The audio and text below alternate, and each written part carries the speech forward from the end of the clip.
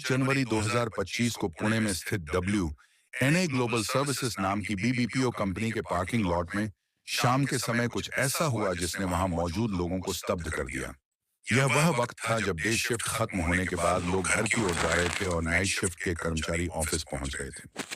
Parking lot में हर तरफ भीड़ और हलचल का माहौल था, लेकिन इसी हलचल के बीच एक खौफनाक घटना घटित हो रही थी जिसने सभी को झक छोड़ दिया।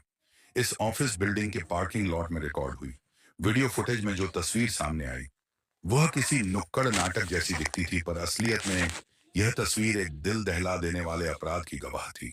तस्वीर में व्हाइट टी शर्ट पहने जो शख्स नजर आ रहा है वह है कृष्णा सत्यनारायण कनौजिया, और उसके पास जमीन पर बैठी ब्लैक टॉप पहने दर्द से चीखती और रोती हुई लड़की है शुभदा कोडारी। शुभदा के शरीर से तेजी से खून बह रहा था। इस खून खराबे का कारण था कृष्णा के हाथ में पकड़ा धारदार चाकू जिससे उसने शुभदा पर कई बार वार किए थे। इस हमले के बाद कृष्णा खुलेआम शुभदा के पास टहल रहा हथियार को अपने हाथ में पकड़े हुए, उसके चेहरे पर ना तो कोई डर था और ना ही कोई पछतावा। वह आराम से जिससे अपने किए का प्रदर्शन कर रहा था। सबसे चौंकाने वाली बात यह थी कि यह सब कुछ एक व्यस्त इलाके में हुआ जहां दर्जनों लोग मौजूद थे। लोग इस अपराध को अपनी आंखों से देख रहे थे। कुछ ने तो अपने मोबाइल फोन से इस घटना का वीडियो बनाना शुरू कर दिया, लेकिन भीड़ में से किसी ने भी हिम्मत करके कृष्णा को रोकने या शुभदा की जान बचाने की कोशिश नहीं की। भीड़ के इस खौफनाक मौन के बीच शुभदा दर्द से करा रही थी। हर बीतते पल के साथ उसकी हालत और खराब हो रही थी। वह मदद के लिए गुहार लगा रही थी, लेकिन किसी ने उसकी पुकार पर ध्यान नहीं दिया। पार्किंग लॉट में इस बर्बरता के बीच इंसानियत कहीं गुम हो चुकी थी। और फिर कुछ ही पलों में एक ऐसी घटना घटी जिसने वहां खड़े हर इंसान को भीतर तक हिला दिया। इस मंजर ने सबको अंदर तक झक छोड़ दिया, लेकिन अफसोस कि तब तक बहुत देर हो चुकी थी।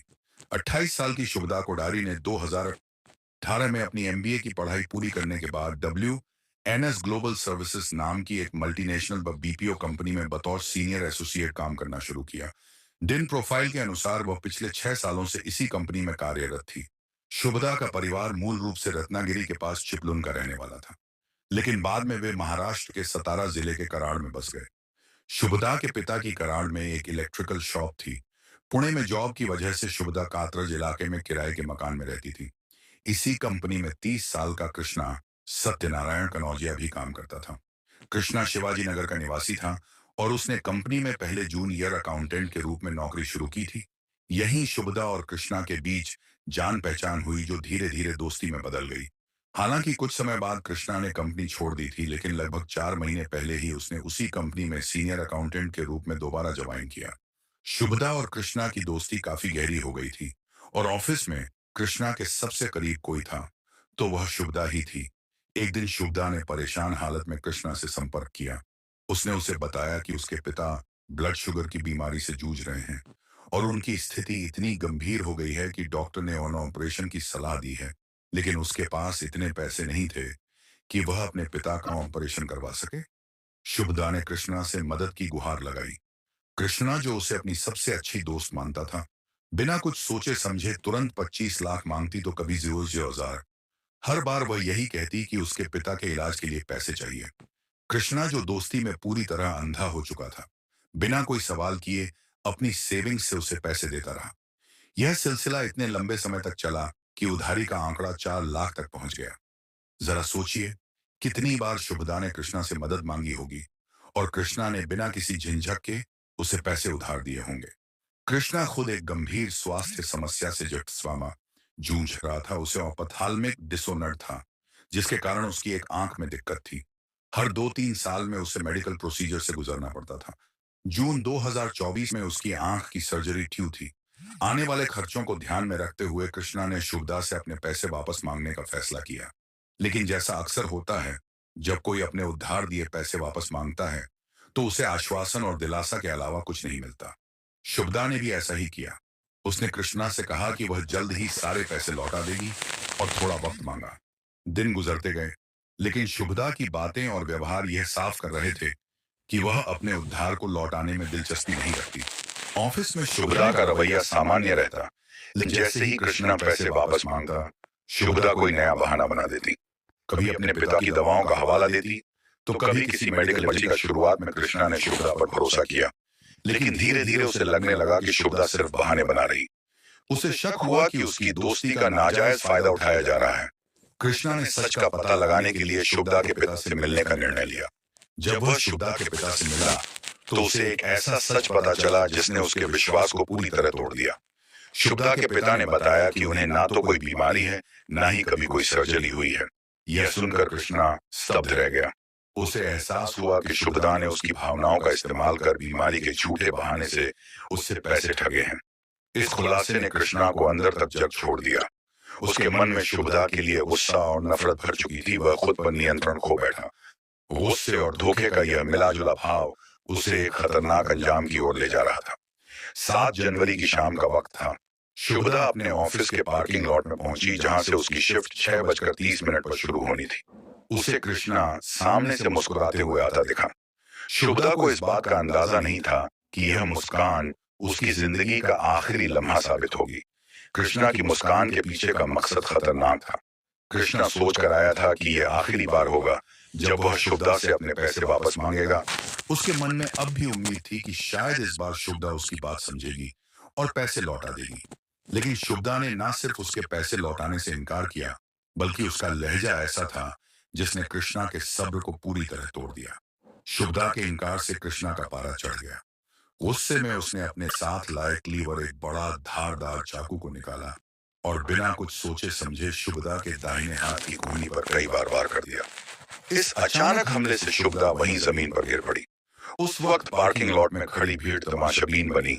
यह सब देख रही थी। शुभदा ने जैसे तैसे खुद को संभाला और अपना फोन निकालकर अपने पिता को कॉल करने की कोशिश की। उसने अपने पिता को हमले के बारे में बताना शुरू ही किया था कि तभी कृष्णा ने उसके हाथ से फोन छीन लिया। फोन पर उसने शुभदा के पिता से कहा, अब आप मेरे पैसे वापस कर दीजिए। यह कहते हुए कृष्णा ने क्लीवर को जमीन पर फेंक दिया, मानो वहां खड़ी भीड़ इसी मौके का इंतजार कर रही थी। जैसे ही कृष्णा ने चाकू छोड़ा, भीड़ ने खुद को संभाला और उस पर टूट पड़ी। उन्होंने कृष्णा को पकड़ा, उसे बुरी तरह पीटा और फिर पुलिस के हवाले कर दिया। हमले के बाद शुभदा का हाल बेहद गंभीर था। धारदार चाकू के गहरे घावों ने उसकी नसों को पूरी तरह से नुकसान पहुंचाया था। सबसे बड़ी समस्या यह थी कि शुभदा को लो ब्लड शुगर की शिकायत थी और चोट लगने के बाद शरीर से अत्यधिक खून बहने लगा। जब तक शुभदा को अस्पताल पहुंचाया गया, तब तक उसकी हालत और बिगड़ चुकी थी। डॉक्टर्स ने उसे बचाने की पूरी कोशिश की, लेकिन अत्यधिक खून बहने और ब्लड क्लॉटिंग ना होने के कारण इलाज के दौरान ही शुभदा को कार्डियक अरेस्ट आ गया।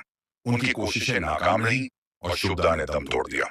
इस घटना के बाद शुभदा की छोटी बहन सात कोडारी ने यरवदा पुलिस स्टेशन में शिकायत दर्ज करवाई। पुलिस ने तुरंत कार्रवाई करते हुए कृष्णा को गिरफ्तार कर लिया। उसके खिलाफ बीएनएस के सेक्शन 1030, एक और आर्म्स एक्ट के सेक्शन 4 और 5 के तहत मामला दर्ज किया गया। पुलिस ने यह स्पष्ट कर दिया है कि यह मामला पूरी तरह से पैसों के लेन देन से जुड़ा हुआ है और इसमें किसी प्रकार का रिलेशनशिप का कोण शामिल नहीं है। अब तक यह भी सामने नहीं आया है कि शुभदा ने उन पैसों का आखिर किया। क्या सोशल मीडिया पर ऐसी खबरें उड़ रही थीं कि शुभदा ने पैसे उधार लेकर अपनी मौज मस्ती में खर्च कर दिए और जब कृष्णा ने उनसे पैसे वापस मांगे तो उन्होंने उन्हें झूठे केस में फंसाने की धमकी दे डाली। हालांकि पुलिस की तरफ से इस एंगल पर कोई बयान नहीं दिया गया है। फिलहाल ना तो पुलिस ने इस बात को प्रमाणित किया है और ना ही कृष्णा ने ऐसा कोई दावा किया है। लेकिन फिर भी यह केस लोगों को 2 भागों में बांट चुका है। कुछ लोग कृष्णा के इस कृत्य को जायज ठहरा रहे हैं और मानते हैं कि जो उसने किया वह सही था। कोई उसे सलामी दे रहा है तो कोई उसकी तारीफ कर रहा है। वहीं दूसरी तरफ कुछ लोग इस अपराध को किसी भी हाल में सही नहीं मानते। अगर इस केस को करीब से देखा जाए तो दुनिया में 2 तरह के लोग होते हैं। एक वे जिन्होंने कभी ना कभी किसी को उधार दिया है और दूसरे वे जिन्होंने कभी ना कभी किसी से उधार लिया है। ना तो उधार देना गलत है और ना ही जरूरत पड़ने पर लेना, मगर दोनों ही स्थितियों में सबसे महत्वपूर्ण होती है हैसियत और नियत। हैसियत उधार देने वाले की और नियत उधार लेने वाले की जिंदगी में जो सबसे अहम सबक मैंने सीखा है वह यह है कि किसी को उतने ही पैसे उधार दो जितने देखकर उसे हमेशा के लिए भूल सको और उतने ही पैसे उधार लो जितने की आप निश्चित समय सीमा में वापस कर सको। मगर ज्यादातर लोग यहीं पर गलती कर बैठते हैं। आप शायद इस बात से सहमत होंगे कि जब हम किसी को उधार देते हैं तो हमारी सोच अधिकतर भावनात्मक होती है। हम अपनी वित्तीय स्थिति या परिस्थितियों को अनदेखा कर देते हैं जिसे हम उधार देते हैं। वह व्यक्ति उस समय अलग ही तरीके से व्यवहार करता है। उसकी बॉडी लैंग्वेज और आवाज का लहजा ऐसा होता है कि आप बिना सोचे समझे मदद के लिए तैयार हो जाते हैं। लेकिन जब आप उससे अपने पैसे वापस मांगते हैं, तो वही व्यक्ति अचानक बदल जाता है। उसकी बातचीत का तरीका और हाव भाव बिल्कुल अलग हो जाते हैं। आपको लगता है कि यह वही इंसान है जिसकी आपने संकट के समय मदद की थी। हर बार उधार लेने वाला गलत नहीं होता। जरूरत के समय वह पैसा उधार ले लेता है, लेकिन अधिकतर मामलों में उसके पास उसे वापस करने की कोई ठोस योजना नहीं होती। ना तो वह सही समय पर पैसे लौटाने के लिए तैयार होता है, और ना ही उसके पास बैकअप स्ट्रेटजी होती है। ऐसे में वह खुद भी एक मुश्किल स्थिति में फंस जाता है। यह एक संवेदनशील विषय है जो दोनों पक्षों की निर्णय लेने की क्षमता पर निर्भर करता है। इस केस में भी ऐसा ही कुछ हुआ। शुरुआत में जब कृष्णा ने शुभदा को पैसे उधार देना शुरू किया, तो उसे खुद को एक सीमा तक रोकना चाहिए था। कभी 25,000 तो कभी 50,000। इस तरह से जब वह इतने बड़े बड़े अमाउंट शुभदा को उधार दे रहा था, तब उसे यह सोचना चाहिए था कि आने वाले समय में उसे खुद भी पैसों की जरूरत पड़ सकती है, खासकर जब उसे अपनी सर्जरी के लिए पैसे बचाने चाहिए थे। लेकिन कृष्णा ने बिना सोचे समझे शुभदा की हर बार मदद की, एक या दो बार नहीं, बल्कि पूरे लाखों रुपए तक दे डाले। वह भी तब जब वह खुद एक अकाउंटेंट के तौर पर काम करता था, और उसे सैलरी और पैसों की अहमियत का अच्छे से अंदाजा होना चाहिए था। थोड़ी सी समझदारी और कॉमन सेंस से वह यह समझ सकता था कि शुभदा के पास इतना पैसा वापस करने की क्षमता नहीं है, या फिर शायद शुभदा शुरुआत से ही पैसे वापस ना करने के इरादे से ले रही थी। जब कृष्णा को यह एहसास हुआ कि शुभदा उसे भावनात्मक रूप से ठग रही है, तो उसका गुस्सा काबू से बाहर हो गया। लेकिन सीधे तौर पर ऐसी हिंसात्मक प्रतिक्रिया देना कहां तक सही था। लाखों रुपए एक बड़ी रकम है, मगर किसी की जिंदगी की कीमत के आगे यह कुछ भी नहीं है। शुभदा ने भी जो किया वह कहीं से सही नहीं था, लेकिन वजह चाहे जो भी रही हो, इस पूरे घटनाक्रम में इमोशनल और फाइनेंशियल गेम का जो खेल हुआ, वह बिल्कुल गलत दिशा में चला गया।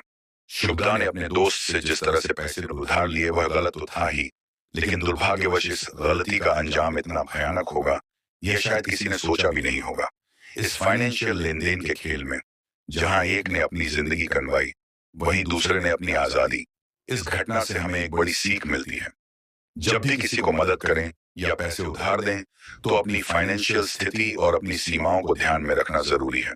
ना कहना सीखना भी उतना ही अहम है, क्योंकि मदद करना या उधार देना किसी रिश्ते को निभाने का मापदंड नहीं है।